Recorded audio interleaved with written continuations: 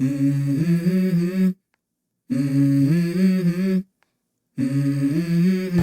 est tous présents aujourd'hui, c'est pour se battre pour nos droits, pour arrêter de l'immigration, pour lutter contre la discrimination et les violences sexistes et sexuelles, et pour défendre la paix en Palestine, en cette journée de mobilisation internationale pour la paix.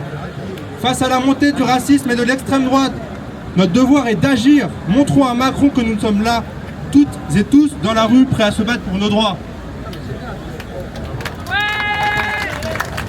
Qui sont rassemblés ici, on a toutes les tranches de la société, nous on est là pour surtout représenter la jeunesse. Donc très clairement aujourd'hui, on le répète à chaque manif, il y a eu un coup de force démocratique de la part du gouvernement Barnier, de la part d'Emmanuel Macron. Très clairement la démocratie visiblement elle n'est plus respectée. Donc nous aujourd'hui on est là pour continuer à se mobiliser, pour continuer à appeler à évidemment plus de démocratie, mais surtout on est là pour appeler à ce que le peuple soit respecté, à ce que nos volontés elles soient respectées. Il y a eu un appel au vote, il faut que tout ça maintenant on nous écoute. On nous demande d'être écoutés, on n'est pas respecté quand les votes y parlent, ça suffit maintenant.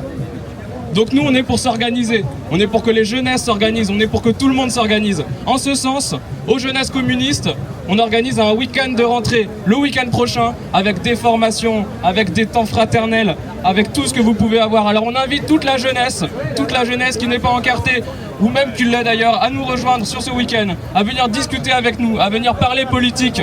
Et c'est comme ça, c'est en s'organisant ensemble qu'on va faire des grandes choses. Maintenant les amis, les camarades, aujourd'hui c'est un jour un peu particulier. Aujourd'hui c'est la journée internationale de la paix. Donc là on a eu le rassemblement Palestine juste avant, et en cette journée internationale de la paix, je pense que c'est important, toutes et tous, d'avoir une pensée pour tous les pays, pour tous les peuples qui subissent l'impérialisme. Évidemment on a une pensée pour le peuple palestinien particulièrement, mais on a une pensée pour tous les peuples qui subissent des guerres affreuses au quotidien, uniquement pour des intérêts capitalistes, pour des intérêts impérialistes. Aujourd'hui, ça doit cesser. Aujourd'hui, on est tous levés pour un appel très clair, un appel pour la paix, un appel pour la justice. Et on le rappellera jamais assez. À Gaza, il faut un cessez-le-feu. Tout le monde le demande. On continuera de le demander jusqu'à ce qu'on l'obtienne. Il nous faut un cessez-le-feu et une paix juste et durable à Gaza, comme partout.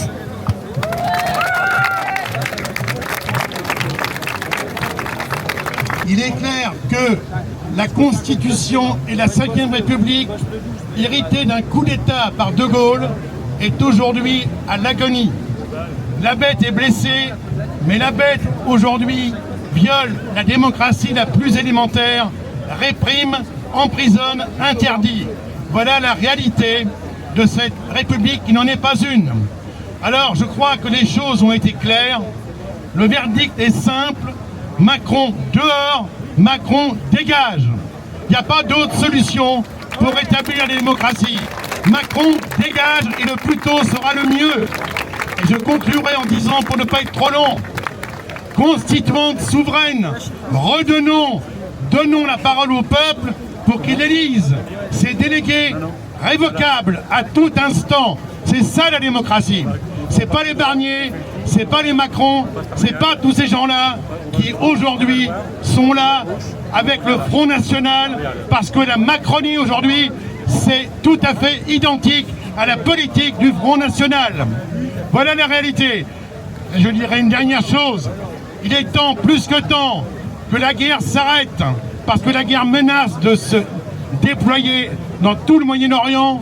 Il faut le cessez-le-feu immédiat à Gaza, il faut l'arrêt des livraisons d'armes, le génocide doit cesser, ça a trop duré le massacre.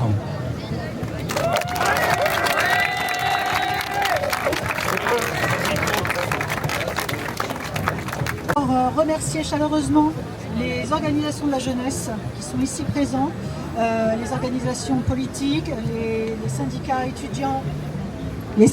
étudiants et lycéens, d'avoir appelé à cette deuxième mobilisation et donc de ne rien lâcher contre le coup de force de Macron, antidémocratique et contre le vol des élections. Vous, la jeunesse, qui continuez de subir, comme beaucoup malheureusement d'autres, la politique de maltraitance du gouvernement macroniste. Quelques chiffres, 85 000 jeunes sans solution universitaire, 13 000 élèves non affectés en lycée 2 semaines après la rentrée scolaire, près de 30 000 étudiants sans master et donc sans poursuite d'études, soit près de 130 000 jeunes qui paient lourdement la politique macroniste. Précarité des jeunes, à ajouter également, car la plupart ne prennent qu'un repas par jour. Ce gouvernement a même poussé la honte jusqu'à supprimer le repas à 1 euro. Grande difficulté également pour la jeunesse de se loger sur leur lieu d'études. Un exemple déplorable parmi malheureusement tant d'autres. À cette politique de maltraitance sociale, économique, écologique du pays s'ajoute désormais celle de la démocratie, le vol des élections par une seule personne, Macron l'autocrate. En niant le résultat des élections, qui a placé le NFP, Nouveau Front Populaire, en tête avec 193 députés, Macron a semé le chaos et fait vivre à notre pays une situation gravissime sur le plan démocratique. En nommant Premier ministre un homme issu d'un parti ultra-minoritaire, rappelez qu'il a fait seulement moins de 6% aux dernières élections, soutenu par la Macronie, battu 3 fois dans les urnes et adoubé par l'extrême droite, elle-même rejetée par les Français, Macron exerce un véritable abus de pouvoir. Dans quel autre pays le parti arrivé dernier aux élections est-il celui qui forme le gouvernement? À ce gravissime délit de démocratie s'ajoute un fait inédit, là encore, sous la Ve République. Ce mardi 17 septembre, le pouvoir a refusé par 2 fois de transmettre les documents indispensables à la Commission des finances de l'Assemblée nationale pour travailler sur le budget 2025. Ces refus sont graves car ils sont totalement hors la loi. C'est totalement inédit sous la Ve République, là encore. De même, le Premier ministre, justement, a présenté aux députés ce budget avec énormément de retard. Chose inédite également. Ce pouvoir franchit, on le voit bien, de plus en plus la ligne rouge. C'est inédit et gravissime. Tout cela pour continuer à proposer une politique d'austérité comme jamais, sans précédent, car le gouvernement Macron-Barnier continuera sur la même ligne, toujours sans taxer les super-profits, sans rétablir l'ISF, bref, sans rétablir la justice fiscale, mais économisera encore plus sur les services publics, sur l'hôpital et l'école, qui, comme nous le savons, sont au bord de l'effondrement total. Maintenant, après l'énumération de ces faits inédits et graves sous cette Ve République, une victoire. Ce mardi 17 septembre, qui était un jour faste, alors que la sphère politico-médiatique à la botte du pouvoir n'a eu de cesse de critiquer, de moquer à longueur de plateau TV la proposition destitution de Macron par la France Insoumise, cette procédure a été déclarée recevable grâce au vote de l'ensemble des partenaires du Nouveau Front Populaire et sera donc examinée en commission des lois. Là encore, fait inédit, Macron est quand même le premier président de la République à avoir une procédure de destitution engagée contre lui. C'est une première et grande victoire à la hauteur du coup de force antidémocratique de Macron. Mais, pour appuyer cette démarche parlementaire, la pression de la rue est indispensable. Par conséquent, signez et faites signer autour de vous la pétition macron-destitution.fr. Vous avez également des listes qui sont sur le point fixe Place Jean Jaurès. Je vous invite vraiment à les signer et faire signer autour de vous. Nous obtenions déjà plus de 310 000 signatures pour cette destitution et nous continuerons de nous rassembler massivement dans la rue comme nous le faisons. Le 7 septembre dernier, il y a eu 300 000 personnes dans les rues, dont 160 000 à Paris. Une vraie réussite qui déjoue tous les pronostics des éditocrates de TV. Macron n'est pas au-dessus de la souveraineté populaire. Il doit obéir aux résultats des élections, car dans une république, seul le peuple est souverain.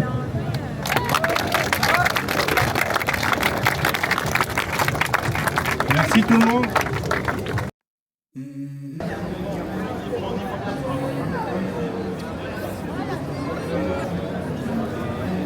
Let's go. I wake up to a little bit of drool on my pillow, feel like it's gonna be a bad day. I'm tired of shit, the coffee ain't hit yet, damn, ain't that great. I don't wanna go to work, cause my boss is a jerk and I'm not even that paid. I need a change in my life, cause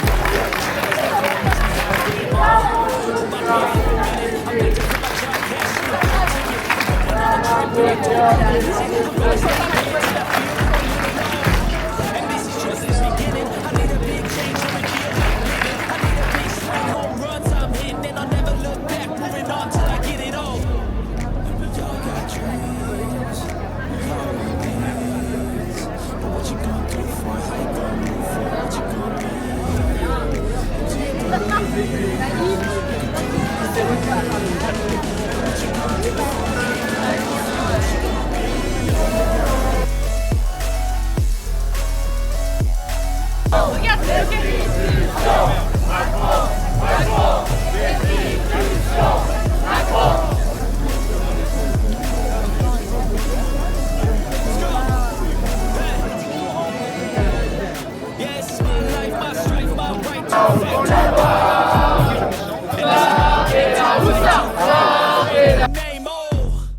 And I ain't gonna lie to you, I'm a bit nervous that I might screw everything up that I've ever done. But what's the point of living if you ain't having fun? Macron, on peut recommencer.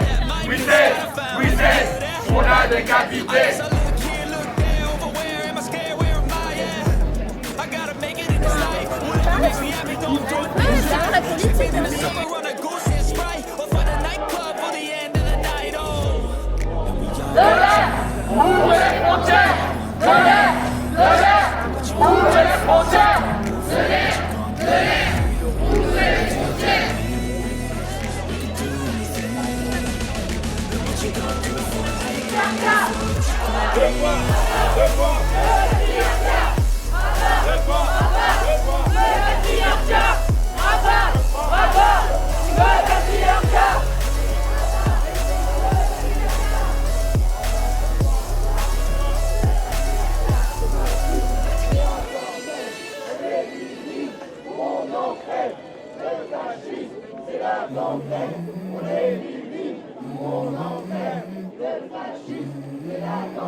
Let's go.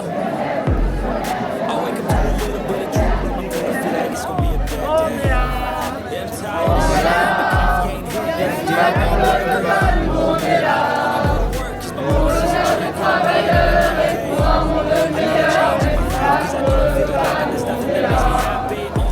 Hold my beer for a minute. I'm about to quit my job, cash in for a ticket. I'm going on a trip and I don't plan to visit. I'm gonna stay there till I feel like I'm winning all. And this is just the beginning. I need a big change, help me feel like living. I need a big swing, home runs, I'm hitting. And I'll never look back, moving on till I get it all. And we all got dreams, we all want things. But what you gonna do for it? How you gonna move for it? What you gonna be? And do you believe we can do anything? But what you gonna do for it?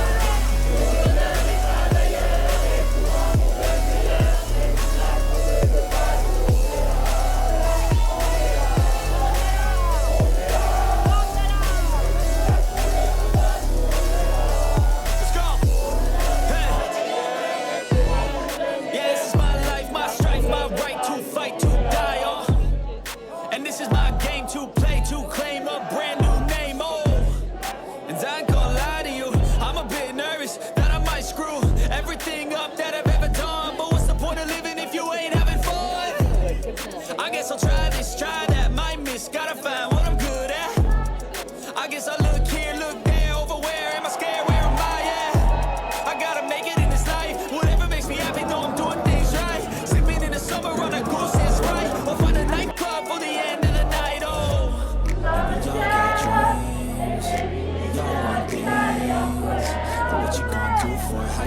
for it? What you gonna be?